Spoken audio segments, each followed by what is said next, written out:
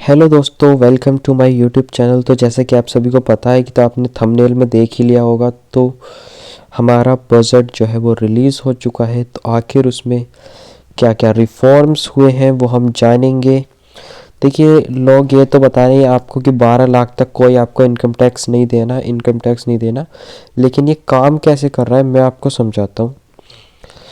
Example के through समझेंगे और हम बाकी पॉइंट्स भी डिस्कस करेंगे, आखिर कौन कौन सी योजनाएं जो है वो लागू हुई हैं। लेकिन मैं पहले आपको ये समझा देता हूँ कि आपका जो ये डायरेक्ट टैक्सेस है, यानी कि जो पीपल डायरेक्ट टैक्स पे करते हैं, वो कैसे, उसमें क्या चेंजेस हुए हैं। तो देखिए, ये न्यू टैक्स स्लैब जो है उसके अकॉर्डिंग अगर आप 0 से 4 लाख तक कमाते हैं तो कोई टैक्स नहीं देना, और 4 लाख से 8 लाख तक आपको 5% टैक्स देना होगा, और उससे आगे 10%, 15%, 20% और 25%, और 24 लाख से अधिक जाने पर आपको 30%। तो आखिर ये काम कैसे करता है, इसको एक एग्जाम्पल के थ्रू हम समझते हैं। देखिए, एग्जाम्पल से हम समझते हैं। मान लीजिए किसी की जो इनकम है वो 12 लाख है, यानी कि 12 लाख है, इस तक आपको कोई इनकम टैक्स पे नहीं करना है। तो आखिर वो कैसे टैक्स पे करना है। देखिए, अभी आपने जो टैक्स स्लैब देखी थी उसमें तो दिखा रखा था कि भाई जो 12 लाख तक कमाएंगे उन्हें तो टैक्स पे करना है, 8 लाख से 12 लाख तक वालों को 10%। लेकिन आखिर गवर्नमेंट कैसे छूट दे रही है हम उसे समझते हैं। तो उदाहरण के लिए, एग्जाम्पल के लिए आप ले लीजिए कि कोई पर्सन है और उसकी जो इनकम है वो 12 लाख है, वो पर ईयर 12 लाख रुपए कमाता है। तो उसकी जो इनकम है 12 लाख, वो हम कितने भागों में डिवाइड कर सकते हैं। 0 से 4 लाख, अगर हम 0 से 4 लाख तक निकालें तो कितने रुपए हुए, 4 लाख। इस पर आपको कोई टैक्स नहीं देना, वो लिखा हुआ है स्कीम में, आपको कोई टैक्स नहीं देना। अगर हम 4 लाख से 8 लाख तक जाएं तो इसके बीच में कितने का डिफरेंस है, 4 लाख से 8 लाख तक जाने में कितने का डिफरेंस है, इसके बीच डिफरेंस है 4 लाख का। तो 4 लाख का अगर हम 5% निकालें तो 20,000 रुपये टैक्स देना है उसको। और 8 लाख से 12 लाख, 8 लाख से 12 लाख अगर जाएं तो उसके बीच में कितने का डिफरेंस है, 4 लाख का। 4 लाख का तो 4 लाख का 10% निकालेंगे तो 40,000। तो यानी कि उसको 20,000 और 40,000 कुल मिलाकर 60,000 टैक्स देना है। पर गवर्नमेंट तो क्या कह रही है कि 12 लाख तक कोई टैक्स नहीं देना। तो ये जो 60,000 रुपये हैं ये उसके माफ़ कर दिए जाएंगे, उससे कोई टैक्स नहीं लिया जाएगा। यानी कि ये 60,000 रुपये उसके जो है, उसका जो है, जो पहले वो भर रहा था, पे कर रहा था, अब उसकी जेब में रहेंगे, जिससे क्या होगा, वो सेविंग करेगा या इन्वेस्ट करेगा, खर्च करेगा, और जो है इकोनॉमी में ग्रोथ होगी।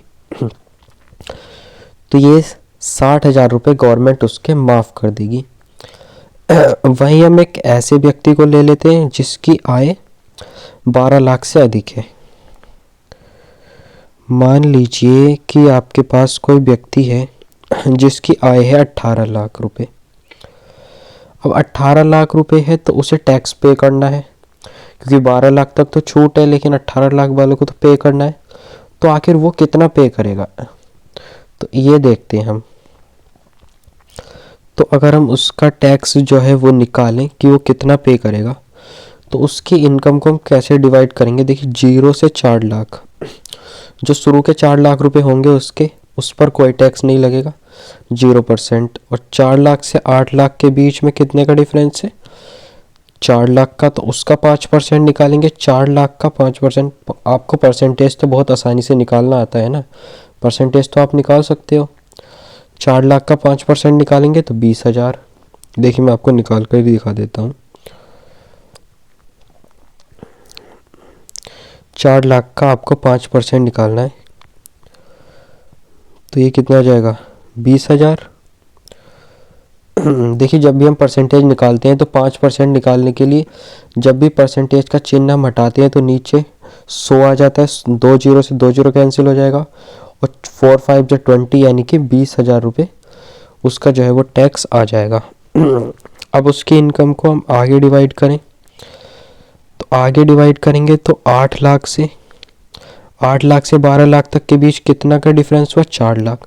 तो फिर 4 लाख का 10%, यहाँ पर 10% टैक्स लगेगा, तो 10% यानी कि 40,000 हो जाएगा। अब 12 लाख से 16 लाख यानी कि फिर से 12 लाख से 16 लाख, यहाँ तक के बीच कितना डिफरेंस हुआ, 4 लाख। फिर से 4 लाख का 15% निकालेंगे यानी कि 60,000, तो 60,000 टैक्स लगेगा। और फिर भाई 16 लाख से 18 लाख, क्योंकि उसकी इनकम कितनी है, 18 लाख है। लेकिन हमें देखिए जो टैक्स स्लैब थी जो गवर्नमेंट ने जारी करी है, मैं आपको दिखाता हूँ।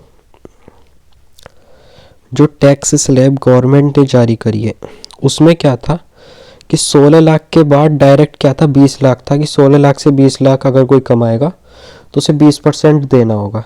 लेकिन हमारे जो व्यक्ति है उसकी इनकम कितनी है, 18 लाख।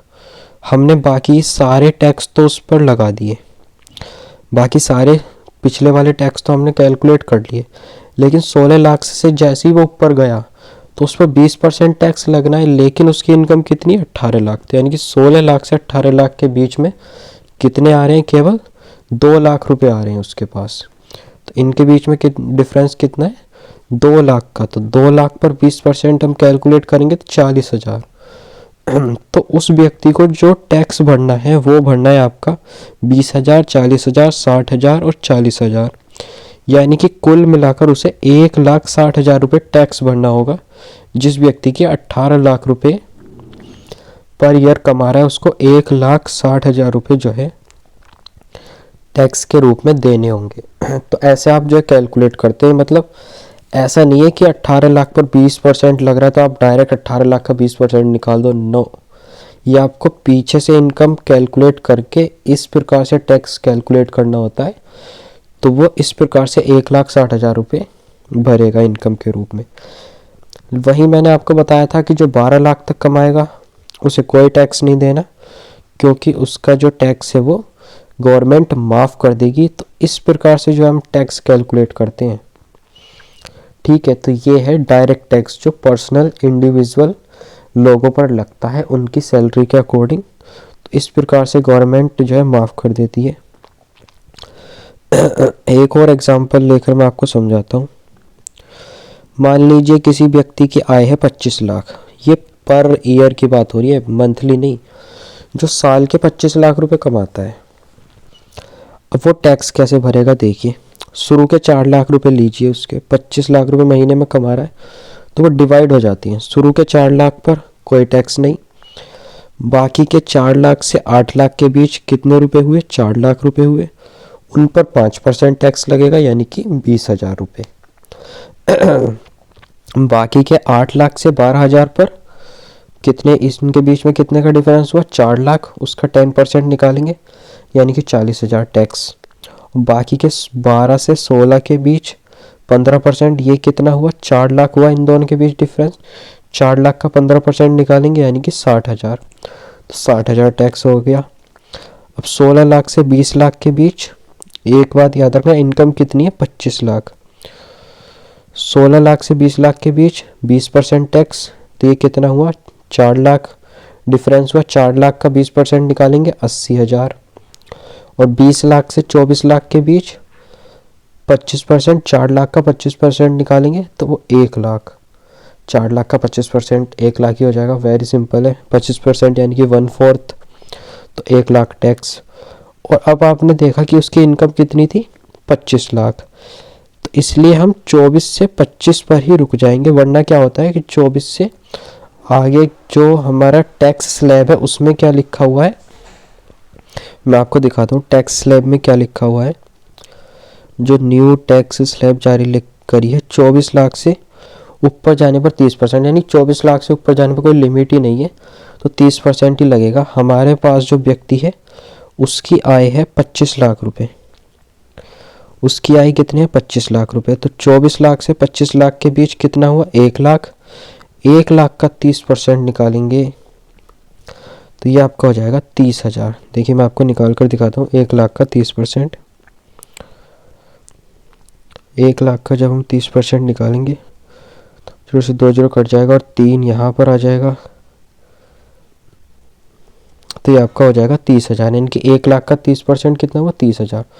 तो ये सारे टैक्सेस उसको पे करने होंगे, टोटल मिलाकर उसे कितना पे करना होगा 3,30,000 रुपये जो है उसको पे करने होंगे टैक्स के रूप में। यानी कि अगर वो 25 लाख कमा रहा है तो 3,30,000 रुपये का वो क्या भरेगा, टैक्स भरेगा। तो this is called direct tax. तो इस प्रकार से हम टैक्स कैलकुलेट करते हैं। आपको यूट्यूब पर वीडियो तो बहुत मिल जाएंगी कि 12 लाख तक भी टैक्स है, वो कैलकुलेट कर रहे हैं, पर गवर्नमेंट ने क्या करा है कि छूट दे दी है कि 12 लाख तक जितना भी कैलकुलेट करके आएगा, जब आप पे करने जाओगे तो गवर्नमेंट क्या करेगी, आपको छूट दे देगी, आपको पे ही नहीं करना पड़ेगा। तो इस प्रकार से हम टैक्स कैलकुलेट करते हैं, जो नए बजट में ये आया है और गवर्नमेंट ने छूट दी है। अब हम बात कर लेते हैं कि आखिर गवर्नमेंट ने और क्या क्या बजट पर चीज़ें। देखिए मेन टॉपिक तो यही था जो है टैक्स का, कि आखिर कैसे 12 लाख को कैलकुलेट कर रहे हैं, तो ये समझना बहुत ज़रूरी था। इस पीडीएफ को मैं अपलोड करा दूंगा, नीचे आप पढ़ सकते हैं।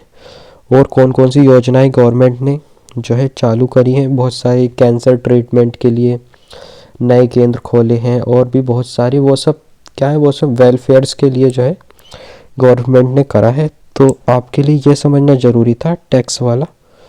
कॉरपोरेट टैक्स तो वही आपका, कॉरपोरेट टैक्स अगर देखें प्रत्यक्ष डायरेक्ट टैक्स तो वही है, लेकिन कॉरपोरेट टैक्स में ज़्यादा कुछ बदलाव नहीं है, आप उसे देख सकते हैं। तो ये मैंने आपको समझा दिया है। तो थैंक यू फॉर वॉचिंग। इस वीडियो को यहीं पर एंड करते हैं।